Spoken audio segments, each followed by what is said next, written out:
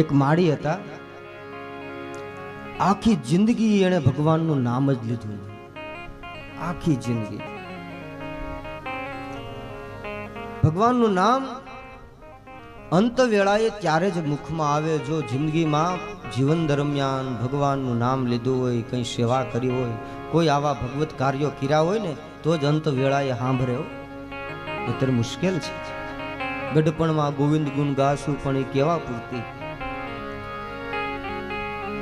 અને એ વૃદ્ધ માળી ક્યારેય ભગવાનનું નામ લીધું નહીં, કોઈ દી મંદિરે ગયા નહીં. હવે ગામડા ગામમાં માળી એક દિવસ બજારે નીકળ્યા, એમાં સામેથી ભેંસોનું ટોળું આવતું હતું ને ભેંસો ત્યાંથી ભડકી એટલે ભાગી, ભેંસો ભડકી બધી ભાગીને માળી સામેથી આવેલા આવે એટલે માળી ભયના માર્યા બાજુમાં રામજી મંદિરનો ચોરો હતો ને એ મંદિરે પગથિયા ચડી ગઈ. આખું ગામ વિચારમાં પડ્યું કે આ માળી કોઈ દી મંદિરે આવે ને અચાનક એને ભક્તિ માને ભક્તિ લાગી કે શું? બધા આવ્યા, વાહ વાહ, છેલ્લે છેલ્લે માતાજી તમે મંદિર હતો આવ્યા, બધા આનંદ માણ્યો. માળી કે હું અહીંયા દર્શન કરવા નથી આવી, તમે બધા ખોટા વ્યમમાં છો, આ ભેહું ભડકીને હું ચડી છું.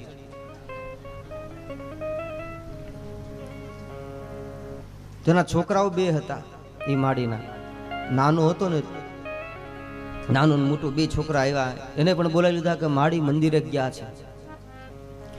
અને એ માળી કહે કે હું અહીંયા દર્શન કરવા નથી આવી. તેના છોકરાઓને એમ થયું કે ભલે દર્શન કરવા ન આવ્યા પણ આવ્યા તો ખરા, ભાવે કુભાવે.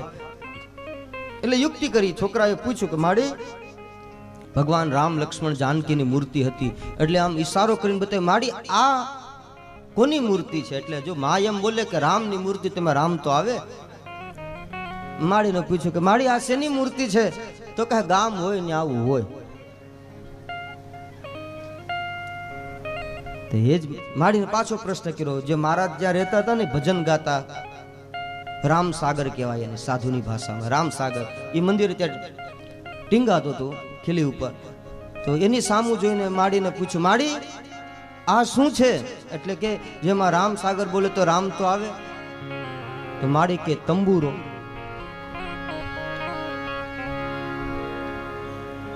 પછી એનો જમાઈ હતો ને એનું નામ હતું રામજી, એ માળીનો જમાઈ, એટલે રામજીને બોલાય. છોકરાએ યુક્તિ કરી કે આને સામો ઊભો રાખું, આનું નામ તો લેશે ને, તોય રામ આવી જાય. માળીને કીધું જો માળી આ કોણ આવ્યું છે? તો કહે આપણે મંગુડીનો વર.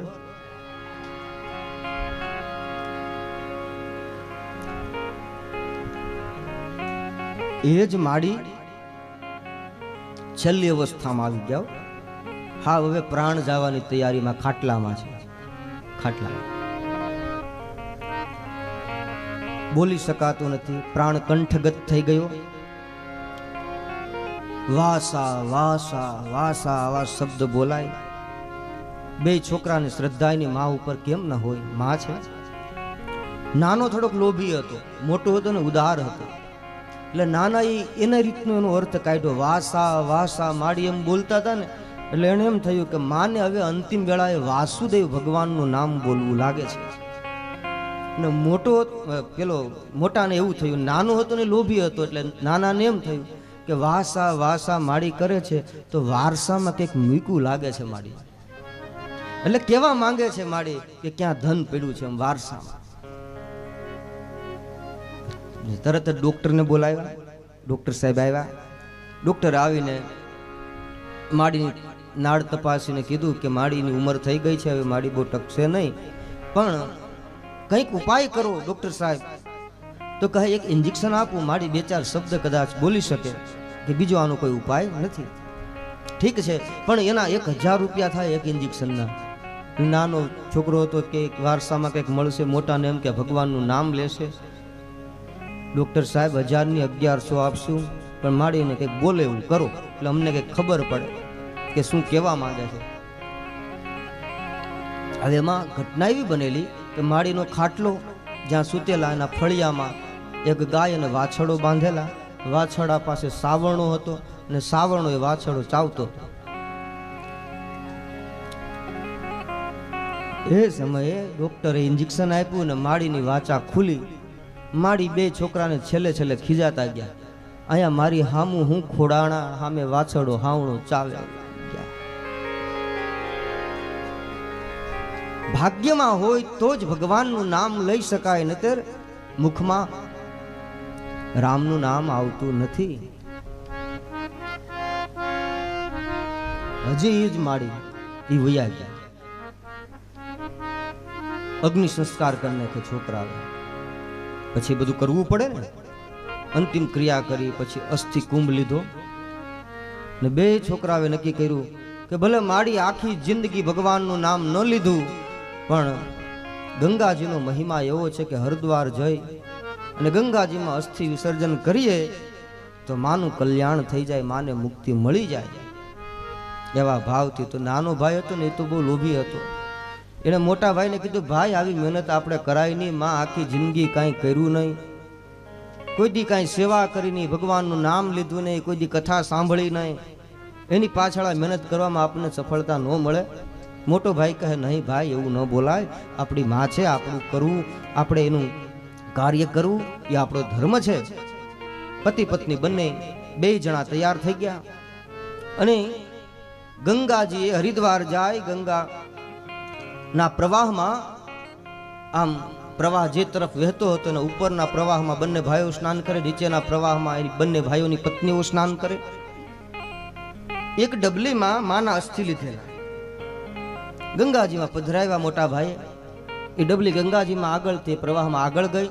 નાના ભાઈના ધર્મપત્ની નવા લગ્ન જ થયેલા હજી એ ત્યાં સ્નાન કરતા હતા. એને ડૂબકી મારી તો હાથમાં એ ડબલી આવી. એ જ માળીના અસ્થિવાળી ડબલી હાથમાં લઈ કોઈને કીધું નહીં અને એમ થયું કે ગંગાજીએ મને પ્રસાદ આપ્યો, ચમત્કાર થયો એવું સમજીને એને રહસ્ય રાખ્યું, કોઈને કીધું જ નહીં. પોતાની બેગમાં મૂકી દીધા માતાજીને. એ માળીને લઈને પાછા આવ્યા ને એ સમયમાં તો ગામડામાં એવો રિવાજ હતો. હજી પણ આપણે કોઈ યાત્રામાં જાય પછી ગામના લોકો બધા રાત્રે ભેગા થઈને ભગવાન નામનું કીર્તન કરે, સત્યનારાયણ ભગવાનની કથા કરે બધા મળીને. આ એક આપણી પરંપરા છે. ગામના લોકો બધા ભેગા થયા કે ભાઈ હરિદ્વાર ગયા છે, આ લોકો આવ્યા. હવે એમાં ગામની બીજી મહિલાઓ, ભોળી મહિલાઓ, ક્યારેય બહાર નીકળેલી નહીં એવી મહિલાઓ પ્રશ્ન કરે છે. એમાં પેલા નાના ભાઈની પત્નીને જે ડબલી મળેલી ને એને પૂછ્યું, કેવું છે હરિદ્વાર? અરે હરિદ્વાર તો હરિદ્વાર છે, અદ્ભુત છે. ગંગાનો કિનારો, કેટલા આશ્રમો, બધે દર્શન કર્યા, એ બધી વાત કરી. મને ગંગાજીએ એક ભેટ આપી છે, પ્રસાદી આપી છે. ત્યાં એનો પતિ સાંભળી ગયો, માળી આવ્યા લાગે, એ સમજી જ ગયો ને જ્યાં એ પ્રસાદી બેગમાંથી કાઢી ત્યાં ડબલી. મોટા ભાઈને કીધું, મેં આપને કીધું તું કે આ ખોટી મહેનત કરવામાં માળી ગંગાએ પોગે એમ નથી. પછી મોટા ભાઈએ કીધું, શાંત રહે, આખું ગામ છે, બધા સાંભળી દેશે, ખરાબ લાગશે, કઈ વાંધો નહીં, હું એકલો જઈ અને ફરીવાર હરિદ્વાર ગંગાજીમાં પધરાઈ આવીશ, કોઈને વાત કરશો નહીં. આમ ખાઈ અને પછી થોડો સમય વીત્યો એટલે મોટા ભાઈ પોતે એકલા જાય છે. પણ એનો એક મિત્ર દિલ્હીમાં રહેતો હતો એટલે એને એમ થયું કે ચાલ એકલો જાઉં છું હરિદ્વાર, મારે જવું છે, થોડો આરામ થઈ જાય વચમાં. તો દિલ્હી એમના મિત્રને ત્યાં રોકાય છે, એનો ખાસ મિત્ર. હવે એની ઘરે રોકાણા પછી એનો મિત્ર કહે, આપણે ફરવા જઈએ દિલ્હી, સમય હતો બીજા દિવસે હરિદ્વાર જવાનો. ઠીક છે. એટલે એનો મિત્ર એને રાજઘાટ ફરવા લઈ જાય, સંસદ ભવન ફરવા લઈ જાય.